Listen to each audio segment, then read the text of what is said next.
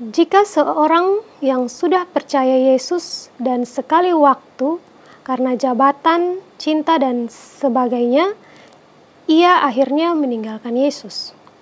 Pertanyaannya, apakah dia masih memiliki keselamatan itu? Mohon penjelasannya Pak Esra. Kadang-kadang orang pindah agama itu dianggap murtad.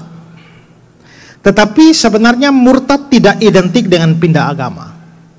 Murtad itu lebih kepada berbaliknya pikiran dan perasaan kepada Kristus. Jadi tadinya dia mengasihi Kristus, tadinya dia sangat mengagumi Kristus, tapi tahu-tahu dia berbalik. Murtad artinya dia jadi benci Kristus, dia sama sekali tidak percaya, dia sama sekali memusuhi. Itu namanya berbaliknya sikap hati kepada Kristus.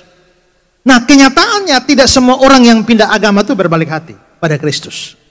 Ada yang mungkin hanya karena terpengaruh dengan pacar, ya, laki-laki atau perempuan, dia masuk ke agama lain.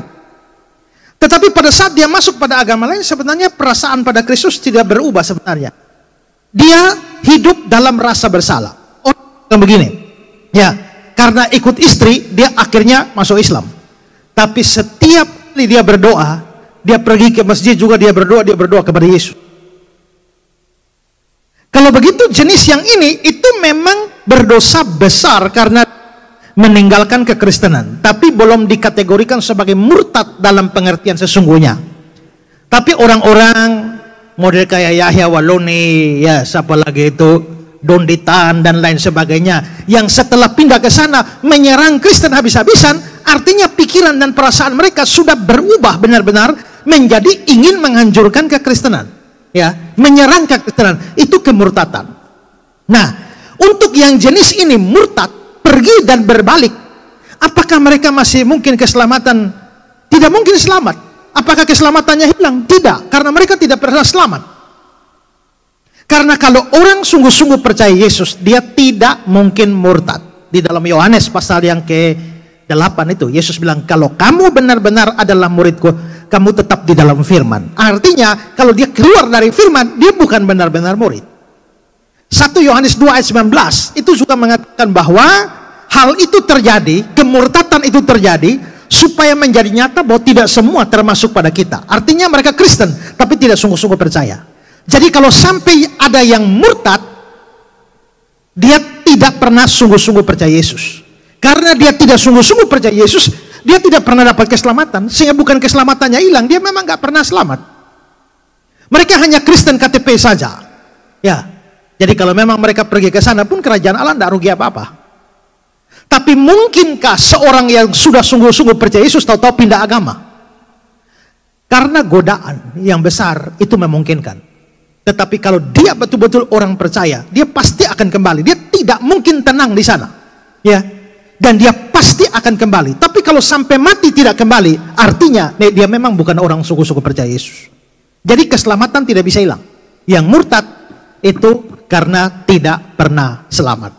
Ya, shalom Bapak Ibu Saudara-saudara. Saat ini saya ada di sebuah desa di Kabupaten Kupang. Itu jaraknya kira-kira 4 jam perjalanan dengan mobil dari kota Kupang. Dan desa ini namanya Desa Bioba. Dan Bapak Ibu, selama beberapa tahun ini saya bersama dengan GKIN Revival Kupang maupun juga Yayasan Karya Bakti Esrasoro menaruh perhatian untuk pelayanan di desa ini. Dan di sini kami membangun sebuah sekolah ya untuk anak-anak SD, sekolah berasrama, dan juga mau membangun sebuah gedung tempat ibadah untuk orang-orang Kristen di tempat ini. Dan saudara, kalau saudara melihat di belakang ini adalah gedung sekolah yang kami sudah selesai membangun dengan 6 ruangan dan masih dipergunakan untuk murid-murid dari kelas 1 sampai kelas 4, sementara 2 ruangannya dipakai untuk menjadi asrama buat anak-anak. Jadi di sekolah berasrama untuk anak-anak yang dilayani oleh Bapak dan Ibu Daniel yang sangat berpengalaman di dalam pelayanan berasrama. Nah, anak-anak yang menjadi murid-murid di dalam sekolah ini datang dari desa-desa sekitarnya, dan kami berharap bahwa ke depan itu ada menjadi pusat pendidikan Kristen di tempat ini. Sementara itu juga saudara, kami mau berencana membangun satu gedung kebaktian karena jemaat di sini belum mempunyai tempat kebaktian. Kalau saudara lihat Ini sudah ada tiang-tiang yang berdiri, dan kalau saudara lihat tenda biru di sana, itu kami masih beribadah atau masih berbakti setiap hari Minggu di bawah tenda ini, dan menjadi problem besar kalau hujan turun, ya. Nah, karena itu kami sudah berencana untuk membangun gedung ini.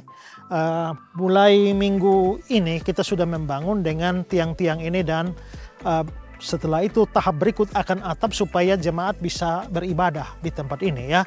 Nah, ini kami dari Kupang bersama-sama dengan jemaat di tempat ini, dan pembangunan segera kami percepat karena dalam cuaca hujan semacam ini kasihan kalau jemaat berbakti lalu harus kehujanan.